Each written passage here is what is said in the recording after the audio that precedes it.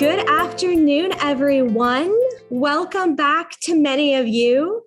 For those of you joining us for the first time, I'm Maggie Mahan, the Assistant Director for Community Engagement with the State Historical Society of Missouri.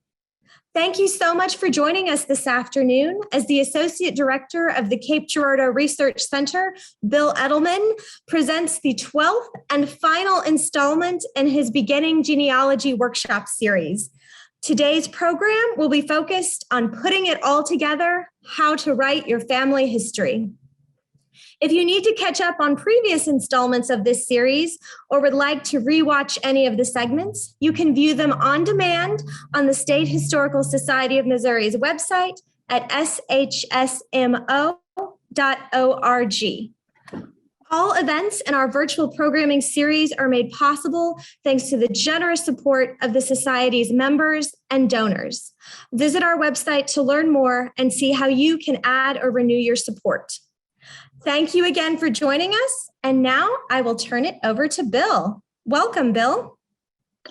Thanks, Maggie. I'd like to welcome everyone and hope that a lot of you have been hanging in there for all 12 episodes. If you haven't, the other 11 are up and ready to view at your leisure on the shsmo.org website. So what we're going to talk about today is the end point of why you're doing all this is producing something for you or for your family or for the genealogical community. So I want to talk about putting it all together and then writing it up. But why do we do that? Well, first of all, to preserve your research. I've talked in the past a little bit about how to preserve your research in terms of donating parts of it to an archives or to a relative, but this is really the ultimate way to preserve your research. And I will tell you something right up front about preserving your research. Many of you, I always get back, well, I can't write it up yet, I'm not done. I'm going to give you a big hint. It's never done. You're always going to have things you haven't looked at that you find and that you could add later. It's never going to end. You just got to decide at some point, I'm done as much as I can be, and so I need to write it up. So you need to preserve your research. It's a great way to organize what you've got. Presumably, you've got some organizational scheme that you've been using along the way. This really causes it to gel. And so it's the best way to get it all organized and put it in some sort of format that someone can look at and decide, okay, here's how it's organized and here's how I can find things. Many of you do this because you want something to give to your family, either your grandchildren or other family members, and this is the best way to do it. It's a lot better to hand someone a published work, even if it's not officially published by a mainline publisher, but to hand someone a product rather than to give them two big file cabinets full of files. So this is the ultimate thing you're going to give to your family, is this family history. It also is a great way to point out gaps. I've been doing this with some of my lines recently and thinking, oh my gosh, I've been researching that line for how many years and I still haven't looked at probate records. So it's a good way to point out those gaps and plug those gaps as you're writing. What are your goals and what are your purposes? It kind of depends on the audience. Is your audience family? Is your audience a publication? Is your audience preserving something, preserving that information? What is it? And that's going to kind of structure how you're going to write this up. In general, most people want to provide an entertaining, readable book for the family, and that is a good goal for a family historian. So you can do this in general. This is what most people think of when they start out. I want a general family history that covers everything. Or it can be something you tailor toward a specific event or commemoration. okay, it's my grandparents' 70th wedding anniversary, and I want to produce this family history in honor of that 70th anniversary. Or it's a Christmas commemoration where all of us are going to be together for the first time in however many years. And so I want to have this be part of that. We also might want to honor a noteworthy ancestor or family member. I know I've got some favorites during my research, and everyone develops favorite ancestors. It may be a way to present family recipes and the history that goes along with them. I know in some families, those recipes have been handed down for many generations. In others, maybe you don't have those, in which case you'll want to orient your book towards some other aspect. It may be that you're writing mostly about yourself and you want to write about the family that you fit into a little bit. So in that case, it's a memoir or an autobiography. And then some people put these together as kind of a scrapbook or album. It's a way of organizing the materials you've got that would be a little bit more than just a random pieces of things in a scrapbook.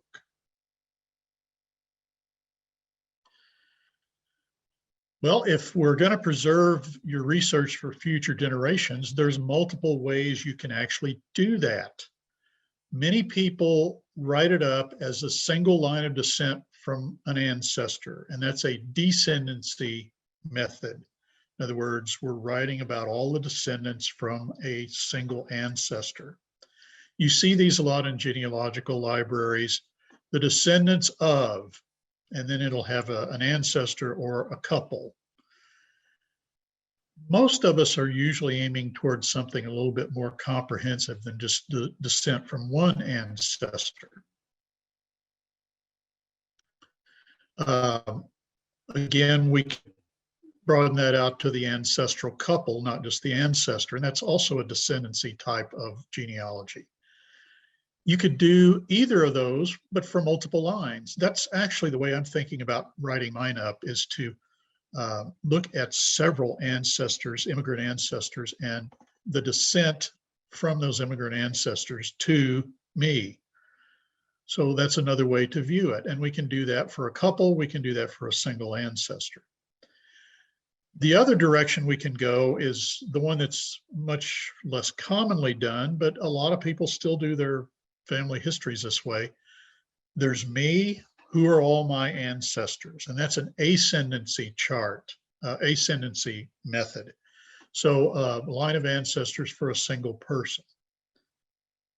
That's a perfectly legitimate way to do things. It's just not the more common way to do it. So we want to provide a professional level genealogy that may be focused on one question, or that in that case, it's a magnum opus. So in this case, this is an example, the descendants of Jacob Fulbright Jr. and Barbara Plunk Fulbright. This was a situation where a distant cousin of mine died unexpectedly. I knew of her work. Her husband survived her by many years. And so I actually contacted him and asked if I might look at her materials and put them into a book just so that her research was preserved. He was a little reluctant at first, but when I gave him an example of what I could produce, he was wholeheartedly for it. And this is the result. It contains everything that was in her files that was worth putting in a genealogy. And it's on library shelves in a few selected libraries. We may have a goal of providing an online tree to share our research with others. We see those all the time in places like Ancestry or Family Search, typically because that's the way Ancestry and Family Search have set up so that you can share information on your family history. The first step, if you're going to start writing, is to define a theme and scope. This is very important if you're focused on one line or one ancestor. In other words, what's the theme? The descendants of a German immigrant, maybe. of a Revolutionary War veteran or a War of 1812 soldier. And what's your scope? Are you going to have all descendants? Or are you just going to follow one line? You have to decide that pretty much up front.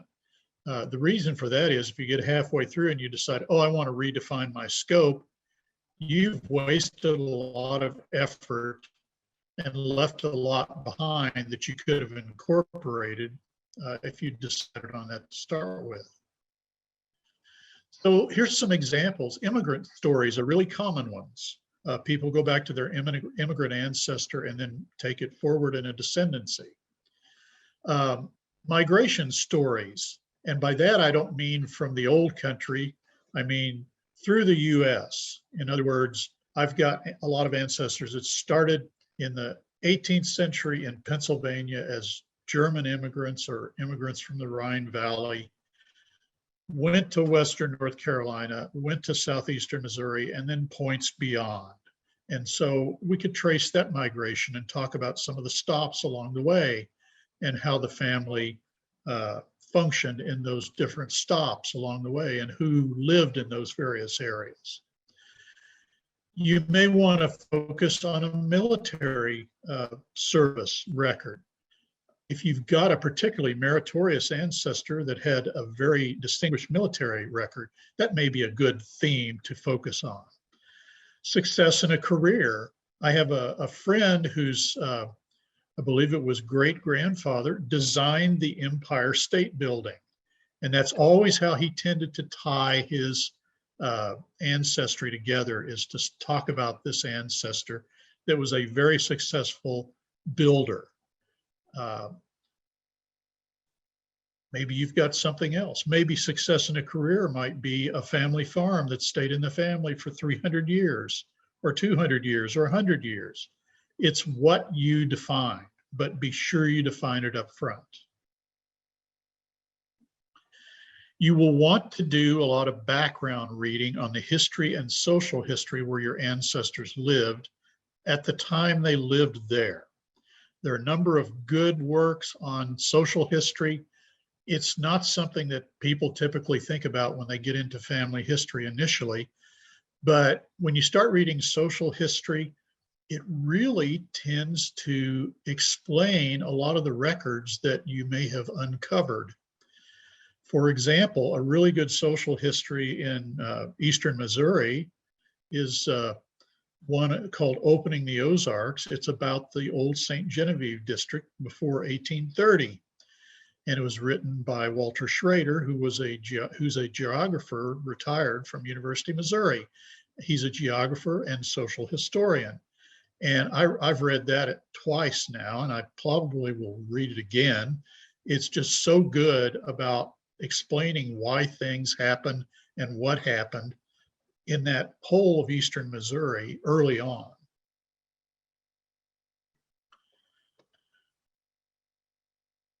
Organizing data is something you're going to have to, even if you aren't planning to write yet, it's a good idea to start doing this anyway. You can organize in a variety of different ways. You can organize by surname, and this is how most of us think, is we think in terms of surname.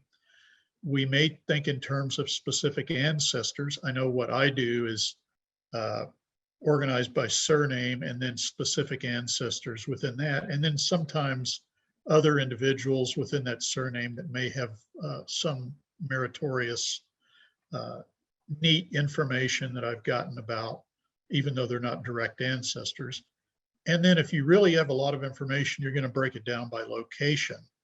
You can just put all the locations in one folder, whether it's an electronic folder or an actual folder. But a lot of times you get so much information, you have to break it down by location to make it usable. So here I've got one. Here's my Eddleman directory, subdirectory in Word. And within that, I've got a variety of different documents organized. I also have William H. Eddleman, who was my uncle. I have a lot on him because he died in a POW camp in the Philippines during World War II. And a lot of military records on him, so I created a separate folder. So you may have paper files only. that's fine. Although it takes a lot of room, I'm moving from what paper files I had to electronic by scanning, or you may have electronic files, or you may have a mix like I do. So notes on electronic files. You can use directories and subdirectories. You can organize it any place you want. I tend to organize mine in my Word documents, even though I may have PDFs in some of them and Excel files and various other things. That's just where I've stuck the directories and subdirectories. The file names should be relevant for the individual files. So I usually do things by surname first, then given name, then something about what's in the file, and then maybe a little something about the source. A lot of times the source information may be in the document if you open the file. Images, a lot of us have a lot of images and we're scanning those. A lot of times you scan to JPEG, save them as TIFF or GIF files because those are better for archiving, for long-term storage.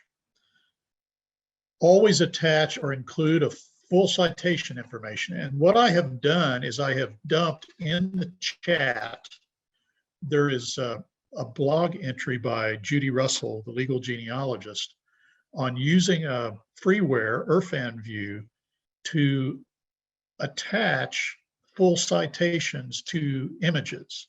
And they actually become part of the image, a little bitty part, and they become part of the file. So that way you never lose the information about the image, and your grandchildren, if they look at it many years from now, are going to see what it is. It's not just, gee, I wonder who this is. That was a problem. That's a problem for many people with electronic images, is attaching the identification. And there's a really good way to do it, and it doesn't cost you anything. It's just you got to follow step by step and learn how to do it. And Judy was very good about that in that blog post. Always back up frequently and store your backups in another location.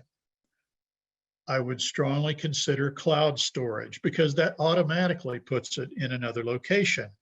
Provided you've got the username and password for your cloud storage, you're going to be able to access it no matter where you are. What I've done is I've allowed my son access to it too. So if I get hit by a meteorite tomorrow, he'll have access to all the documents and images that I've stored in the cloud. Do this frequently. A lot of cloud storage services will do it automatically and periodically.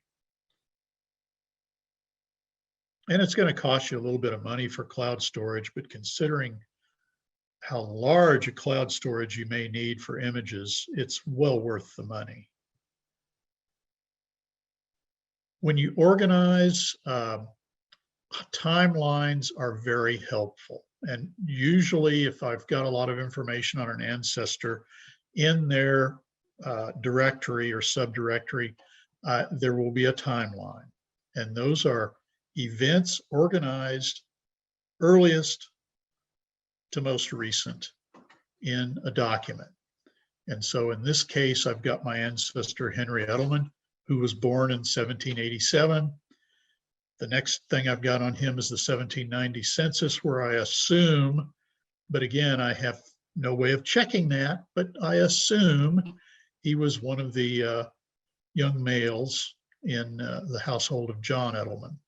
And then I have the 1800 census, again, potentially him in that household, and the 1810 census. The next thing I've got is he got married and at about the same time enlisted in the militia for the War of 1812, and it goes on from there. Before you write about an ancestor or about a topic, list the items you want to include in the section about that ancestor or that topic. So I always start with an outline. So I've partially written up Henry Eddleman at this point, but here's the full outline, at least at the courses level. His early life, the War of 1812, big event in his life, his marriage and children and their births, he was a landowner and a deacon in a Lutheran church in North Carolina. I want to talk about that because he donated the land for the church. And then coming to Missouri from North Carolina and so forth. And then finally, I end by brief information about the children and their families. And I would pick up with his son, William H., who was my great-great-grandfather, and do the same sort of thing.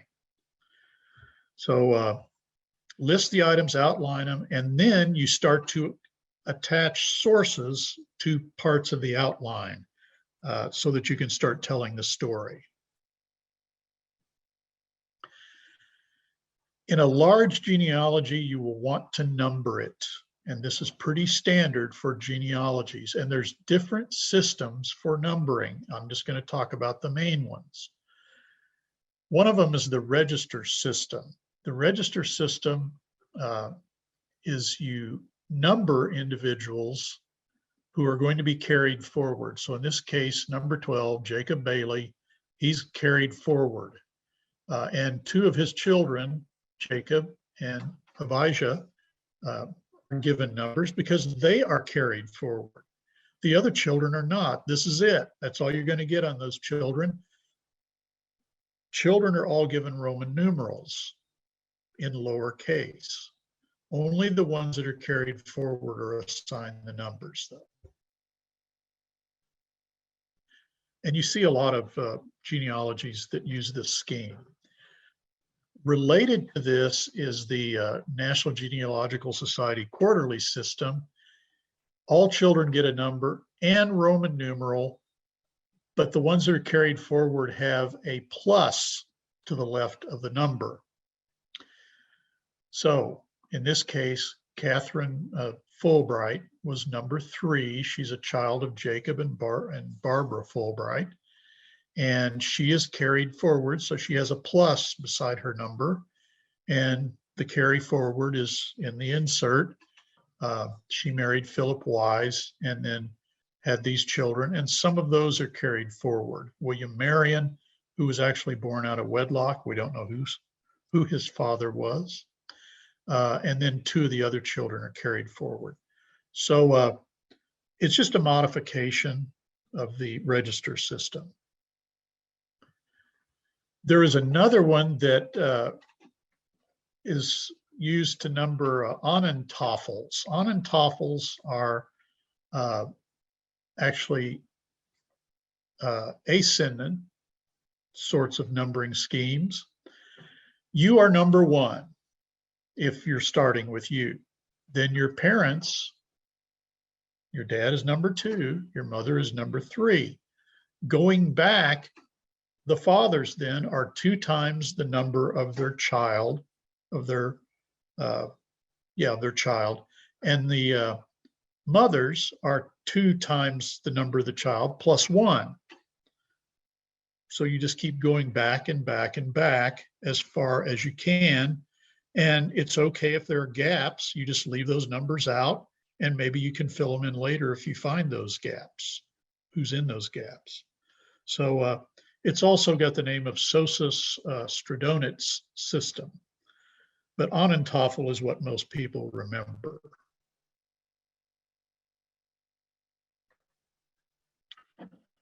Another very important thing when you write up is sources. You should always support statements about events and relationships by citing the sources for the statements.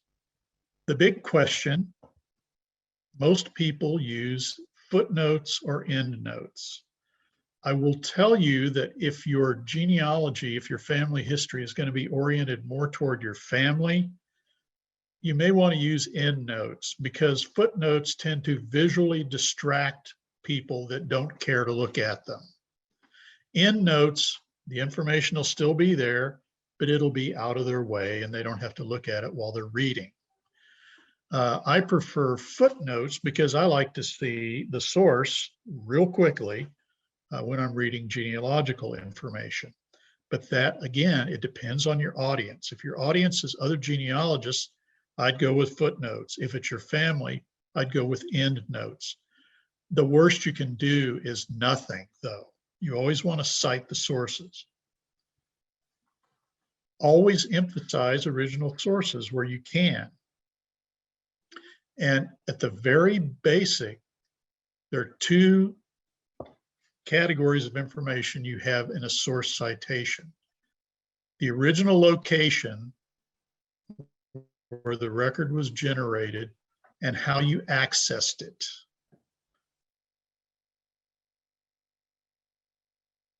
So a good citation allows the reader to relocate the source and also to evaluate the source.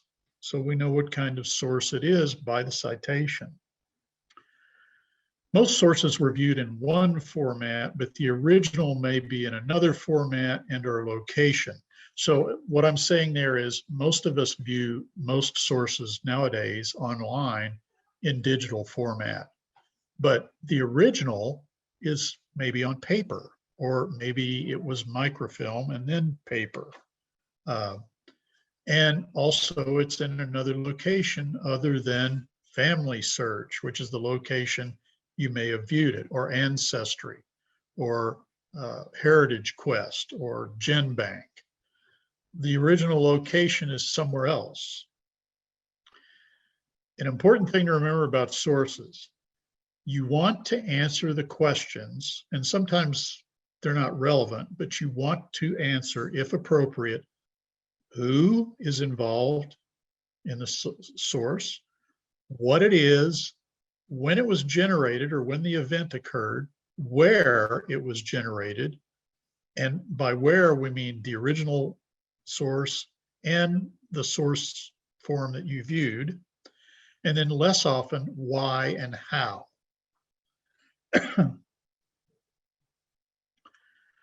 The Bible for genealogists on source citation is a book called Evidence Explained by Elizabeth Shown Mills. She discusses hundreds of different types of sources and gives suggestions on how to cite them. It's not canon. You don't have to cite things exactly the way she does, but she offers suggestions on how to do it. It's not a rigid format, but a suggested format.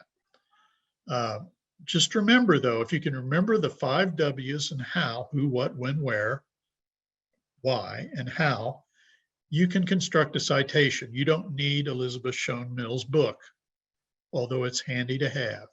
And it talks a lot about the value of different types of sources as well. So here's an example of a source citation. This is a marriage record from Union County, Illinois, and it was viewed on Family Search. So let's look at who, what, when, where, why, and how here. Well, who? Well, first of all, who, I viewed it in Family Search. That's who. I could view it in Union County, Illinois, because that's where the original is. But the main who is John M. Callahan and Mary Jane Presley.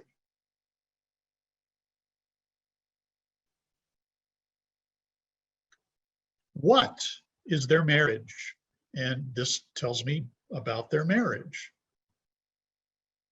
When, there's two different types of when here. When I viewed the record on the 10th of November, 2019, and when the event occurred, July 23rd, 1894. Where did I view it? Family Search, and that particular URL gets me exactly to the page. If I click that and log into Family Search, I'll be exactly on that page. And then also, it was in Union County, Illinois, but in the marriage register, book 2, page 133. Why? Well, why is kind of obvious here. They were getting married, and the law required that they record the marriage by this time. And how is kind of irrelevant, but it's implied that, you know, a minister might have married them, or they might have just gone to the courthouse and had a justice of the peace or a county official marry them. But it's implied that that happened. We don't need to explain it, unless there's something unusual, in which case, when you construct a footnote with a source citation, you just write it out. I once knew of a guy, a distant relative, whose parents were married by telephone around 1915, which was very unusual for the time. That would be worth putting in a footnote. Here's an example from an original. In other words, if I'm not going through Family Search, I'm looking at the original documents. Who? Cape Girardeau County, Missouri. Robert Giboney, probate file, and probate court records. What is it? It's the inventory of papers of the deceased, the loose papers. When? 12th of June, 1851. Where? Box 35, Bundle 707 in Cape Girardeau County Archives Center. You'll notice there's two different levels here in this citation. There's the precise level and then the repository level. And then again, why and how are not needed, but they're implied again. Why is because to settle an estate, you had to have a probate, and there were certain things required by law that had to be in the probate process, and how was spelled out in the law. Software, there's a variety of options for software to write family histories or write genealogies. Some are specifically keyed toward genealogical writing. And for large projects, if you've got one of those massive surname projects, Scrivener is well worth it. I don't use Scrivener because I don't do large projects, but many people do. Other application software for different writing situations, there's a variety of them you can look at on this particular website, lifehacker.com, which has different apps for writing discussed. There's other options that can assist you with writing. Some genealogy programs have a book or publishing option. I've used those before. I used it on that Fulbright book because I just wanted to get that information in a form that would put it in a book that can get out.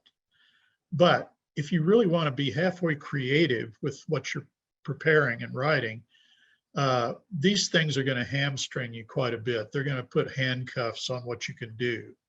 So always be cautious before considering using these. Some people like to do things in pieces and then assemble the pieces later. A good way to do that is if you have a personal blog, you can write things in pieces.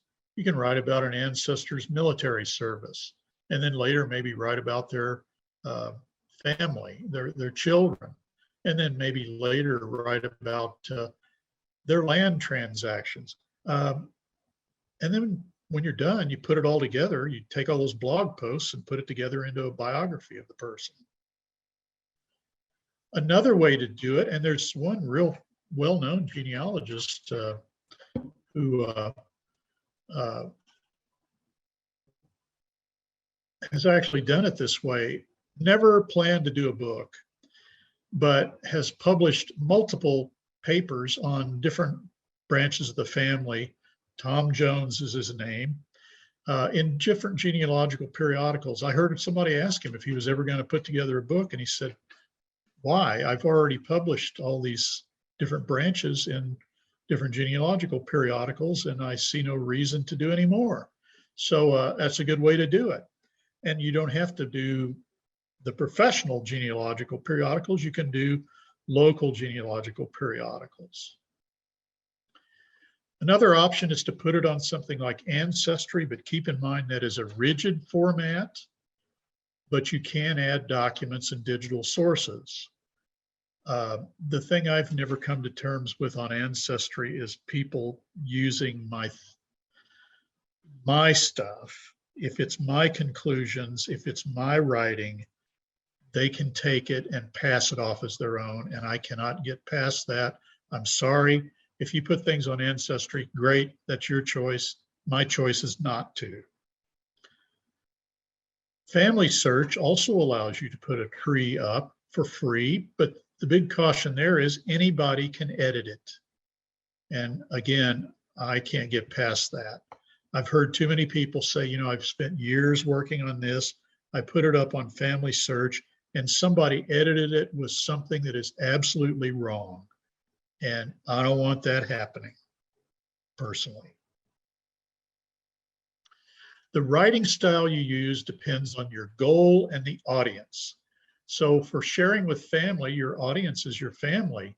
And so they're going to really focus on the interesting stuff, what made great grandpa unique. So what if he was born on this day and died on this day and got married on this day? I want to know about great grandpa, not all those boring dates.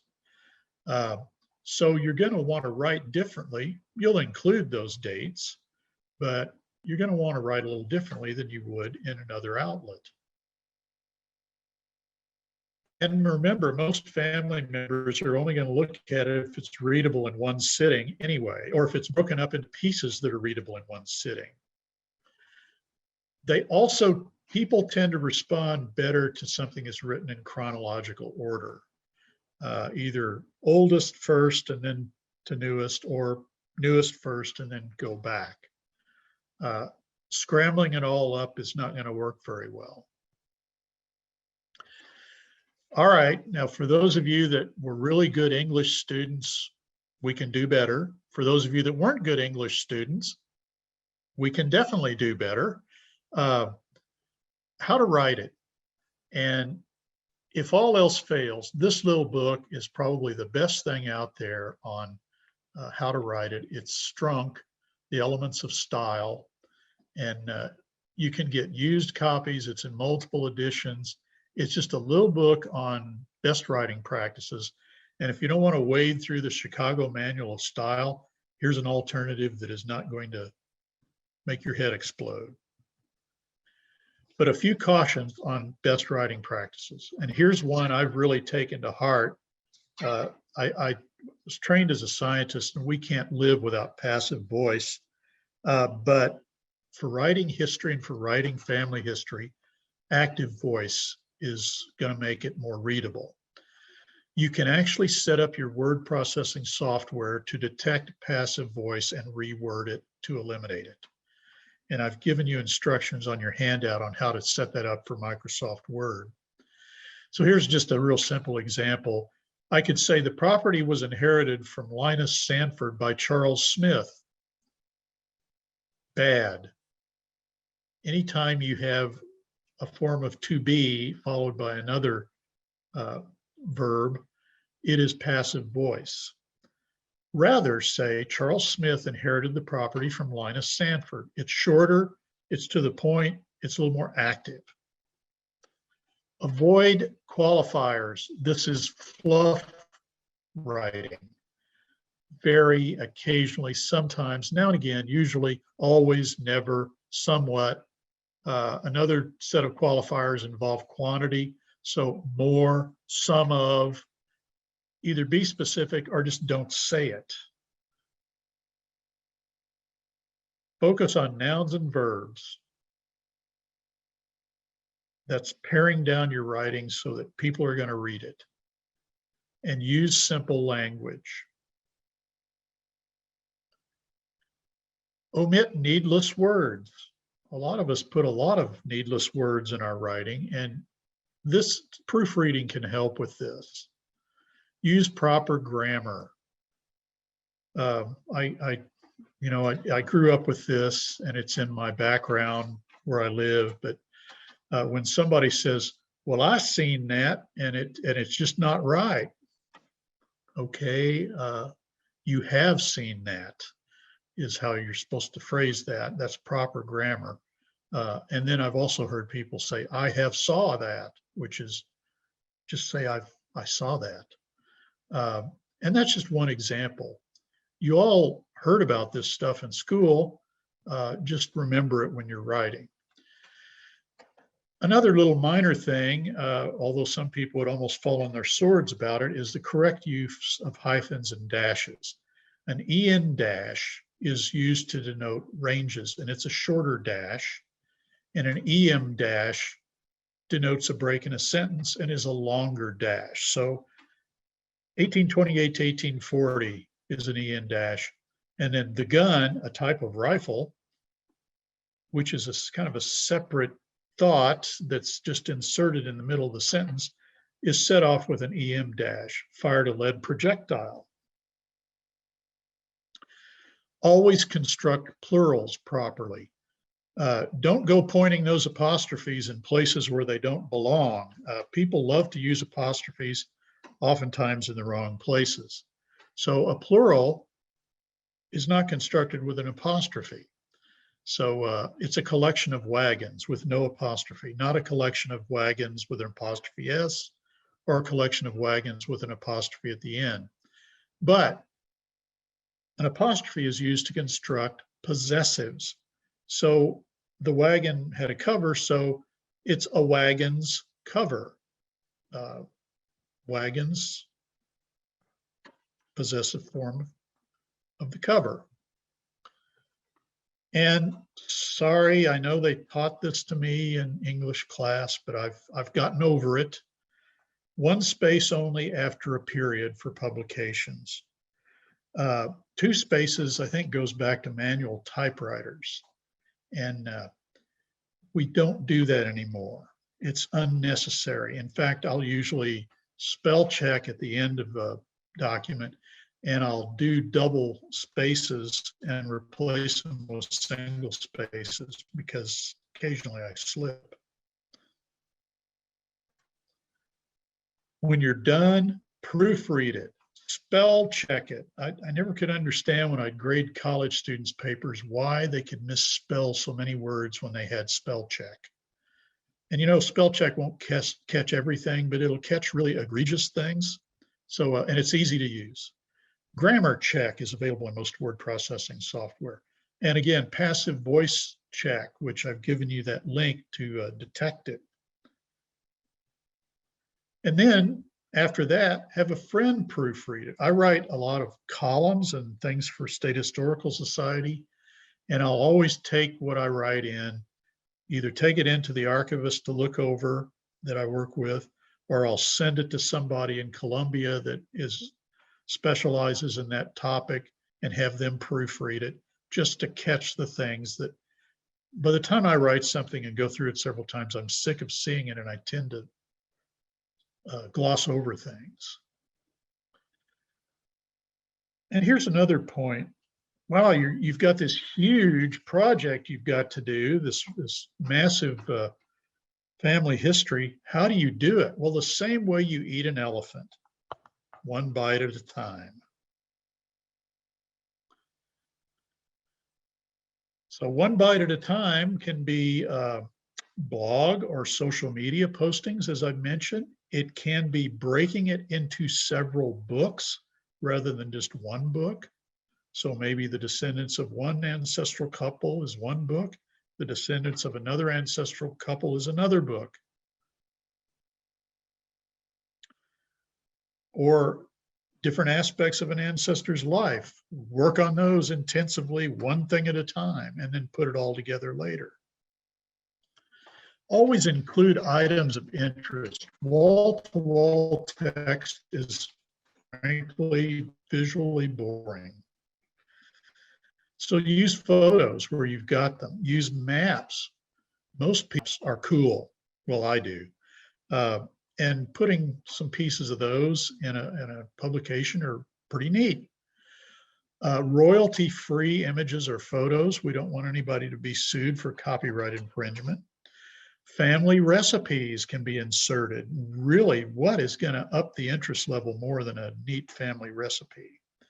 Images of family heirlooms. If you have noticed behind me when I give these talks, there's a cabinet with some dishes in it. One of the dishes in there is a platter that belonged to my great-grandparents that my aunt gave me a while back. before she passed away. She said, my kids won't want this, so I think you should have it. And believe you me, when I write up that great grandparent set, that's going to go in a picture. How do you get it published? You've got this stuff. Wow, what do I do now? Well, you can use software to generate it. Be cautious with that. Some software for producing publications tends to be very persnickety. And so be careful with it. If you know what you're doing, great. There are genealogy vanity presses. Gateway Press in Baltimore is a noted one where you can contract with them, and for a price, they will produce your book. I will tell you at this point too, you are not going to get independently wealthy publishing a genealogy book. In fact, publications of record transcriptions, which I've done several of, I've barely made any money off any of those, just really enough to buy a few more genealogy books. If they're under 200 copies, few printers want to publish it. Most want something 500 copies or more, in which case you're going to have to use a copy shop. It's just about as cheap. You may have to, they'll assemble it for you, although the binding is not going to be as long lasting and as solid as a book publisher. Some considerations include cost. And under cost, what type of paper? You can go for low acid paper that is a certain poundage that's going to last forever, or you can go with an expensive paper. Adjust print size and style. Get more print on a page, fewer pages. Number of photos, more photos equals more cost typically. And then is it going to be soft cover or hard cover? And that hardcover is substantially more expensive. If it's published in hard copy, use 60-pound paper that's acid-free. And I've given you a link to a series of short-run publishers. You have to really check this out because a lot of these outfits are going under. There's not as much demand for them these days, and so a lot of them retire and can't sell the business. And so there are fewer of them all the time. Electronic publication online is another option. The biggest considerations there are server space, website design, and security. Security is a big one anymore. People hack into sites and basically destroy them. An ebook is the easiest option in PDF format.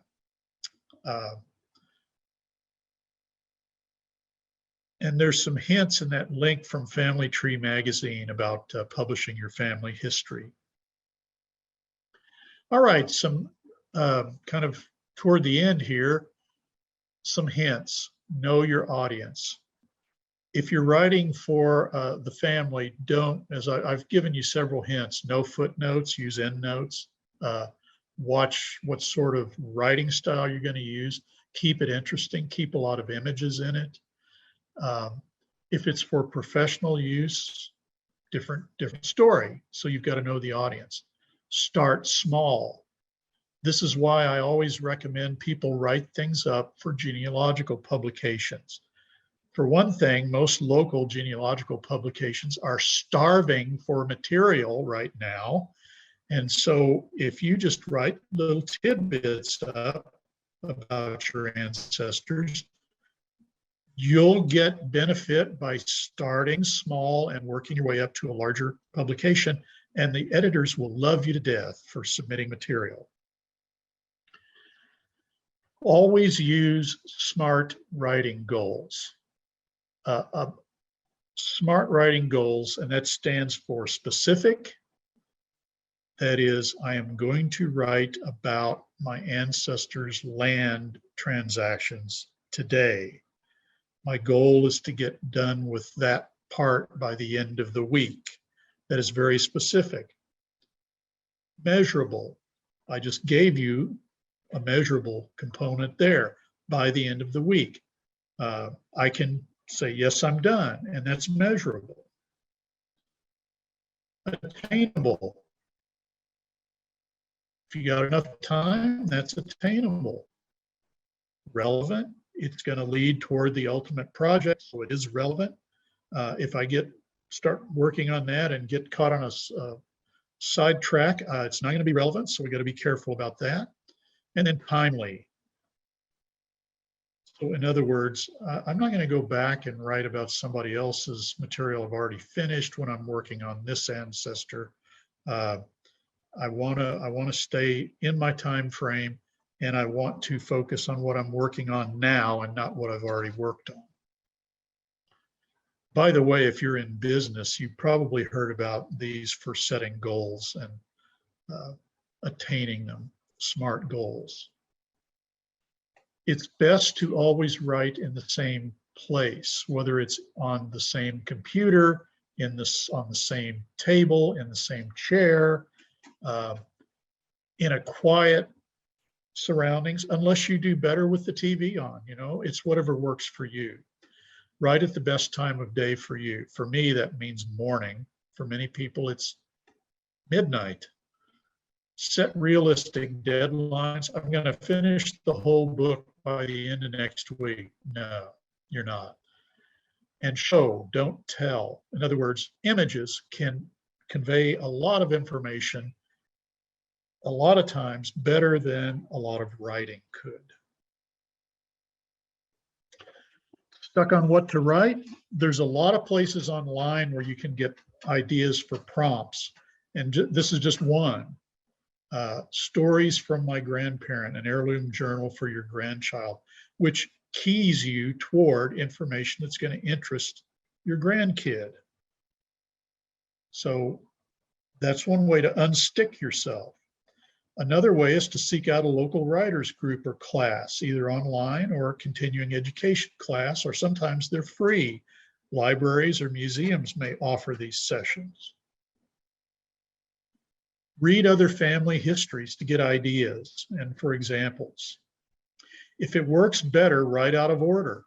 I'm going to write all the land stuff for all these ancestors first, then I'm going to write all the probate stuff.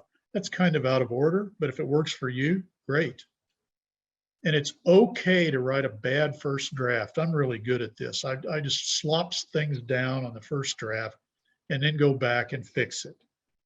And at least I've got it on, well, not on paper, it's on the computer, but at least I've got it down.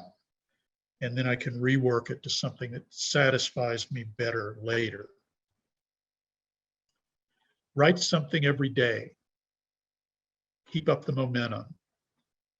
Always include an index. And for genealogy, it's an every name index, and a location index is also very helpful. Contents. In the front of the book, you're going to organize by chapters, include that in a table of contents. And always acknowledge people that helped you a lot.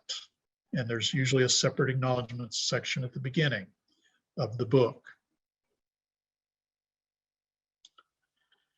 A few suggested resources. The ultimate one is the Chicago Manual of Style. It also makes a really good doorstop because it's heavy.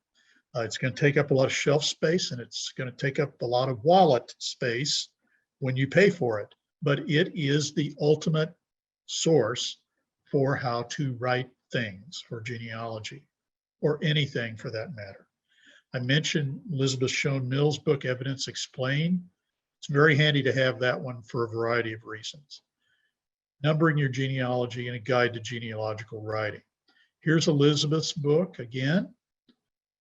Numbering Your Genealogy is an inexpensive little book from the National Genealogical Society. Very handy. For the amount of stuff you get out of this book, it is well worth the price, which is inexpensive. And then here's one, there are a variety of these you can look at on Amazon, but Guide to Genealogical Writing is a very good, solid one. Okay, I can't write to save my life. What do I do? here is an alternative that seems to me like it's a pretty good idea if you wish to go that route. It's Storyworth, and it's for autobiographical writing. And how this works is you actually pay for it, and every week you will get, or every month, you will get a series of questions, and you write down the answers to the questions or type them or whatever. Just answer the questions. And then at the end of however period you've purchased, whether it's a year or 18 months, they will put all that together into a book for you. I presume you also can send them images, and people seem to be pretty amazed at the result from just answering a bunch of questions. This is, again, primarily for autobiographical writing, which I recommend people do before anything else. Okay, start writing. And I hope you have enjoyed this series of genealogical presentations. Good luck with your genealogy, everyone. Thank you so much. Have a great day, everyone. Bye-bye.